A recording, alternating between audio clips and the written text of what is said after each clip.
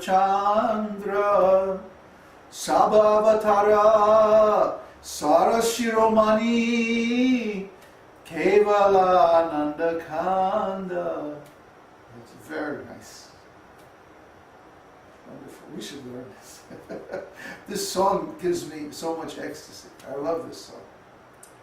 Anyway, Sabhavatara. He is all the avatars, all the incarnations. Not only Krishna, but at different times he showed all of the qualities of all the different incarnations of the Lord.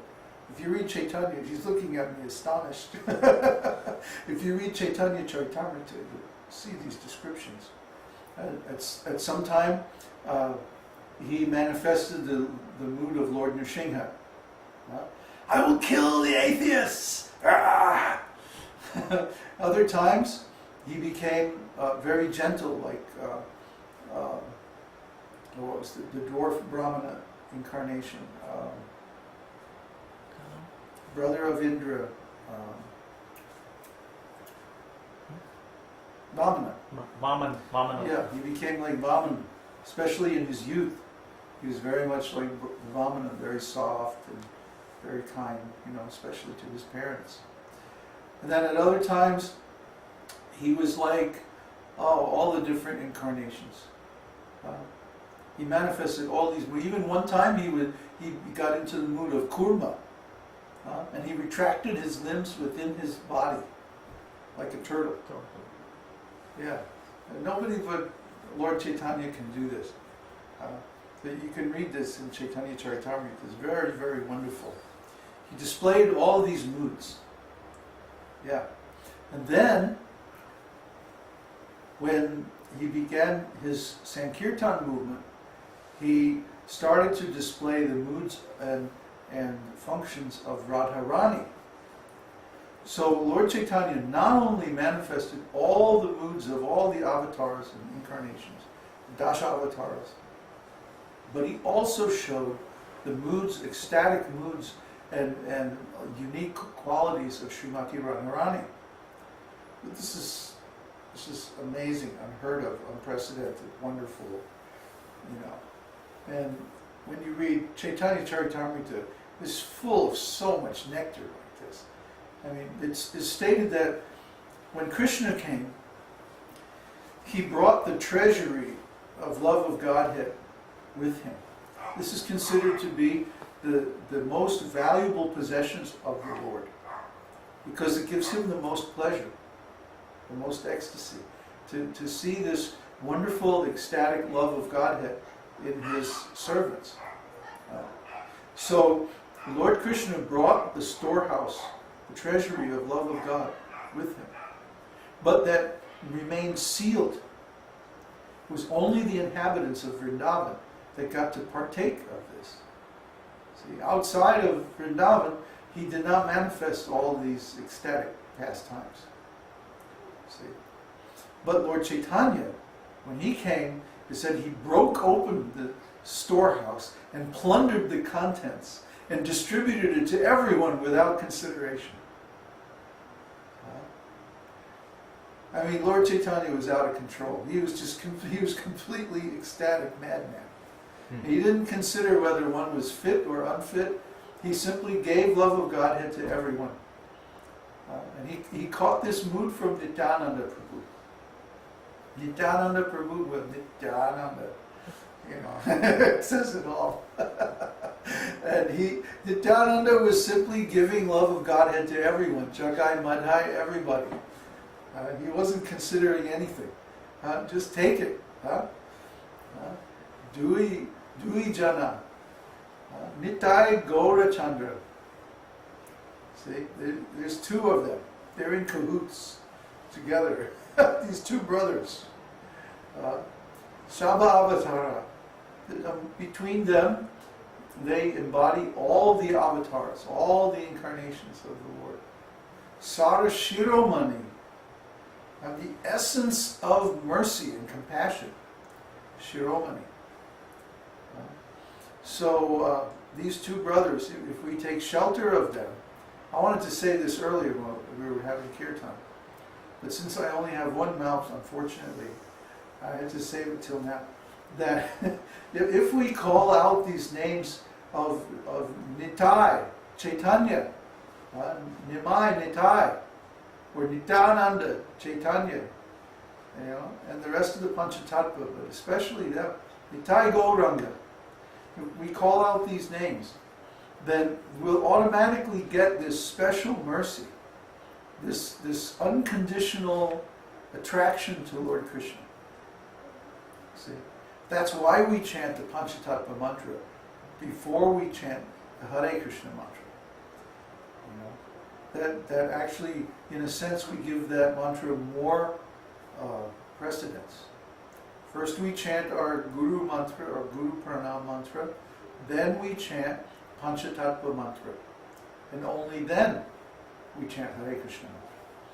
Why? Because Nitai and Gauranga, they broke open this secret, confidential storehouse of love of God. And they just passed it out to everybody. They didn't think.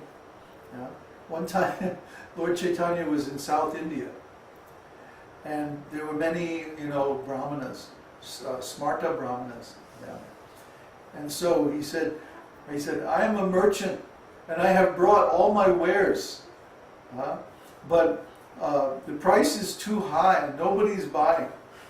So I will just give freely to everyone, because I don't want to return back home without having distributed my goods. I want to come home empty.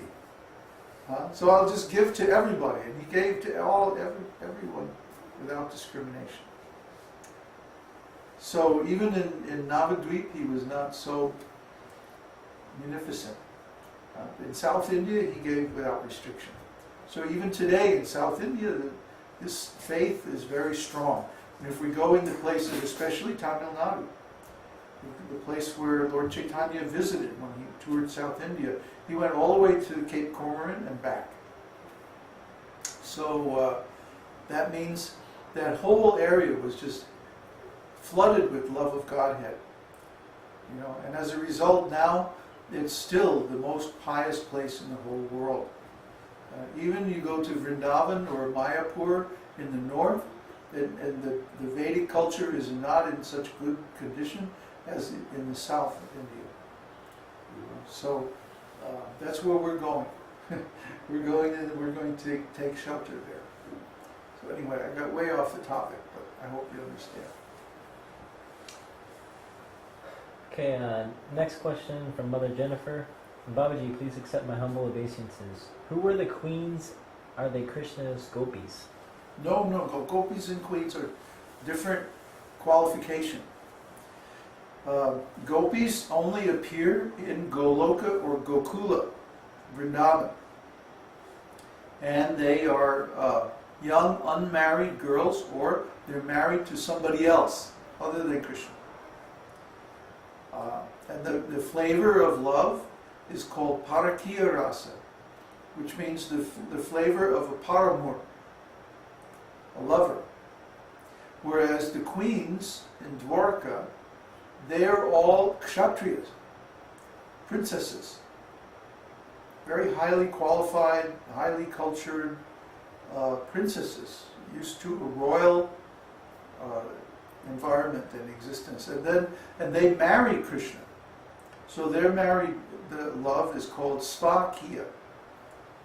Svakiya is, although it's conjugal love of Krishna, is considered on a lower platform than Parakiya. Yeah. Remember, in the spiritual world, everything is reversed. This material world, this is a reflection. And just like a reflection, Krishna says, of a tree, where if you see a tree with the roots upward and the branches down, you know this is a reflection, because it's upside down, right? Yeah. So it's upside down, also backwards. So if you try to understand what we consider very low in this material world, in the spiritual world is very high. It's simply backwards. Because everything Krishna does is pure. everything he does is good. There's nothing bad in the spiritual world. Even when Krishna is stealing, you know, the gopis are like, well, Krishna, this is your butter. You can do whatever you like with it. Sometimes they would have a festival and they would throw the butter and have food fights. In this material world, this would be considered very irresponsible. Huh? Why are you throwing butter? Wasting. But in the spiritual world, when Krishna does it or his devotees do it, it's very wonderful. It's very nice.